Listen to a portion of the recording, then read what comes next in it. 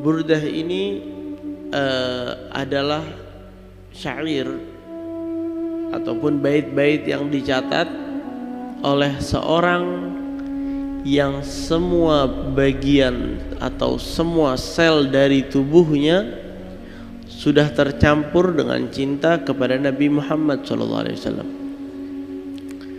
Bahkan disebutkan oleh para ulama, jika burdah ini dibacakan dengan sungguh-sungguh kepada air itu bisa menjadi obat.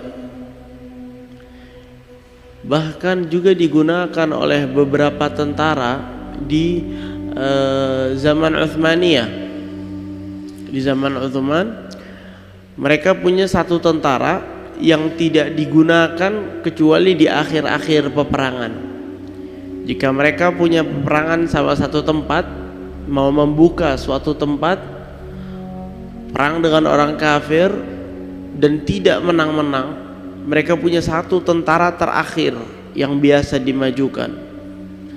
Dan di bendera tentara tersebut dicatatkan satu bait di sini, yaitu wa man takun bi rasulillahi nusratuhu in talgahul usdu fi ajamiha tajimi, yang artinya adalah, dan siapapun yang dengan Nabi Muhammad sallallahu alaihi wasallam atau siapapun yang Nabi Muhammad adalah penolongnya, jika dia bertemu dengan para singa di kandang-kandang mereka, mereka akan memenangi peperangan tersebut.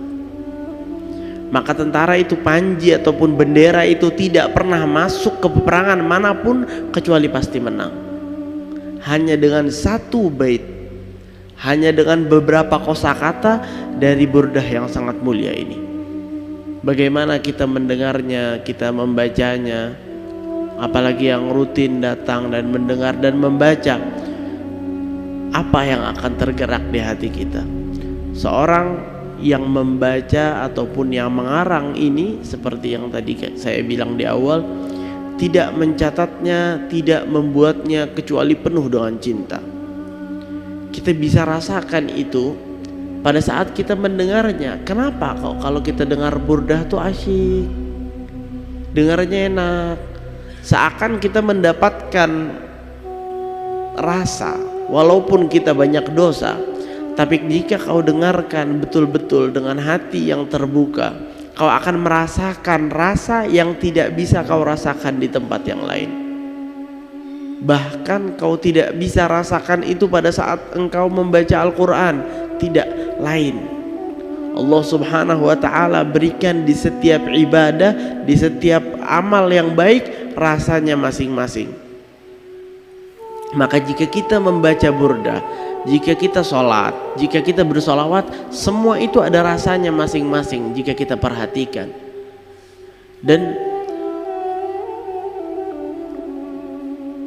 di hadis Nabi Muhammad SAW, beliau menyebutkan bahwa dzaqa halawatal iman man radhiya billahi rabba wa bil islami dina wa bi Muhammadin nabiyyan wa rasulah. Akan merasakan kenikmatannya iman seorang yang ridho Allah menjadi Tuhannya dan Nabi Muhammad SAW Rasul atau utusan dari Allah, dan Islam adalah agamanya. Orang yang ridho akan merasakan kenikmatan iman. Berarti iman itu ada rasanya. Jika iman ada rasanya, pasti sholat juga. Dimana salah satu para syekh di Hadramaut, beliau bilang, saya ini suka baca Al-Quran, tapi masalahnya kalau saya baca Al-Quran, saya merasakan rasa seperti rasa madu di bibir saya. Jadi setiap hari dia membaca Al-Quran di waktu siang dan malam, kecuali waktu puasa dan waktu puasa Ramadan atau selain Ramadan.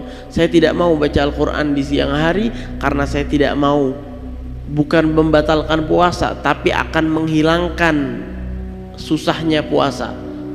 Dengan saya membaca Al-Quran, saya lupa sudah dengan laparnya atau hausnya atau letihnya. Saya langsung merasakan rasa yang nikmat di bibir saya, melupakan segala-galanya.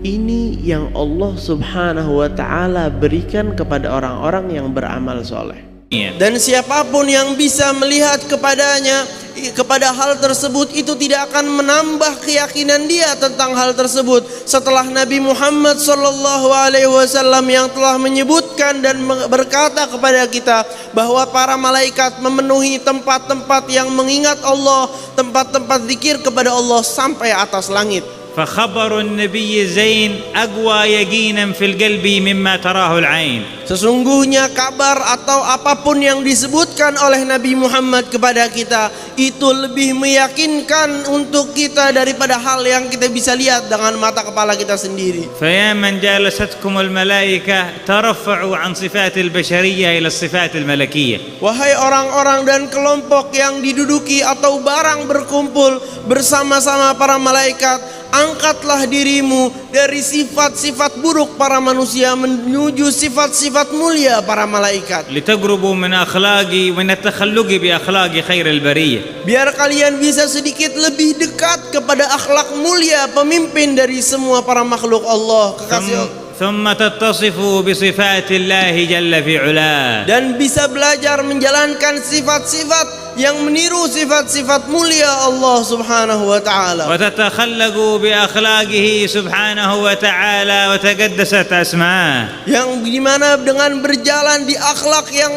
amat mulia dan agung Allah Subhanahu wa taala.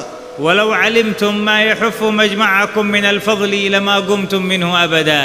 Dan jika kalian mengetahui kemuliaan apa yang ada di perkumpulan ini, kalian tidak akan bangun dari tempat duduk kalian sama sekali. ولغابت عنكم عقولكم طربا بسماع النداء. Dan juga tidak akan bosan telinga kalian dan hati sanubari kalian dari mendengar panggilan-panggilan dan ajakan-ajakan yang amat mulia ini. حيث ينادي رب الأرض والسماوات.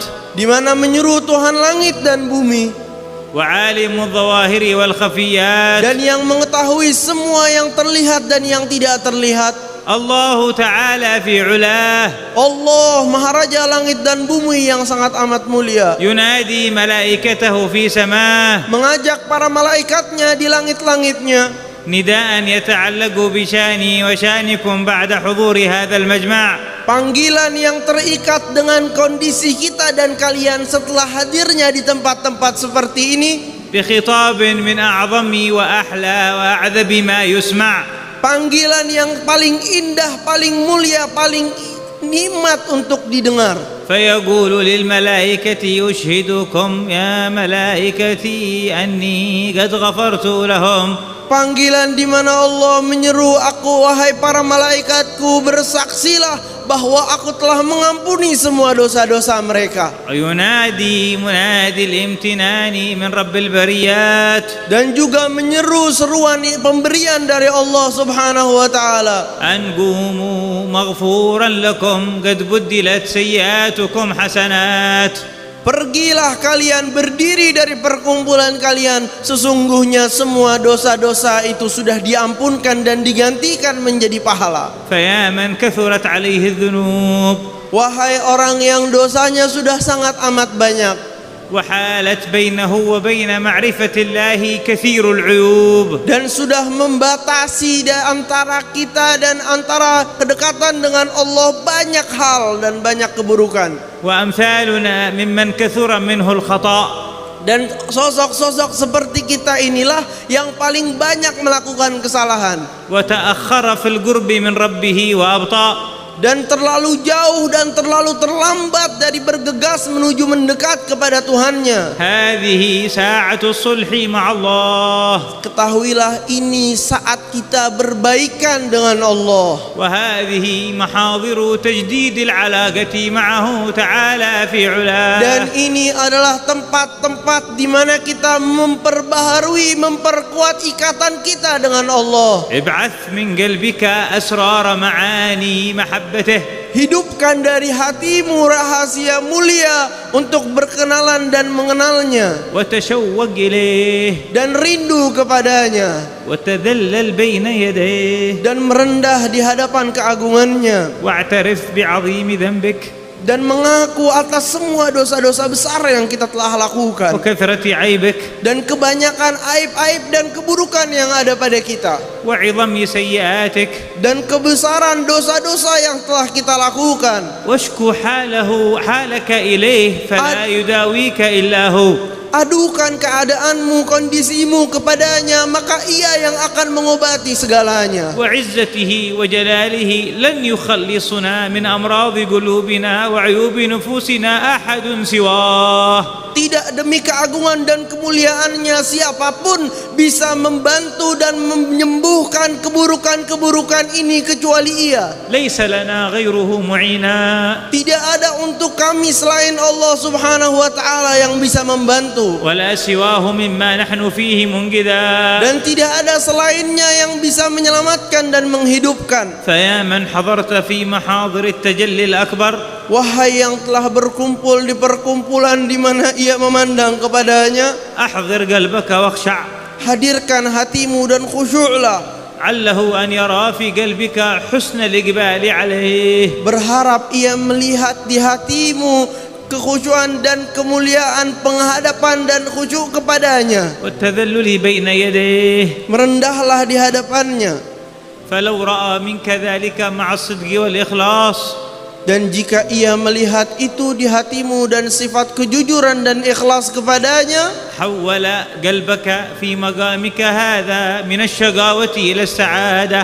ia akan balik keadaan hatimu di perkumpulan ini dari kebinasaan dan keburukan menjadi kebaikan dan keluhuran selama-lamanya. وأعطاك من حضرته الحسنى وزيادة. Dan akan memberikan dengan kesempurnaan pemberian dan karunia-Nya kebaikan dan lebih dari itu. فهنيئا لمن حضر بالصدق مع مولاه. Maka beruntunglah sosok yang telah hadir dengan kejujuran kepada Allah Tuhannya وأقبل عليه تعالى في علاه. dan telah menghadap dengan keseluruhan kepada Allah Subhanahu wa taala. وبعد أن عرفت عظمة المجمع وما فيه وكبير شان المتجلي عليه, Dan setelah kau mengetahui kemuliaan perkumpulan ini dan hal-hal yang ada padanya, استخرج من قلبك عزيمة صادقة أن تجدد الصلة به فيما بقي من الحياة.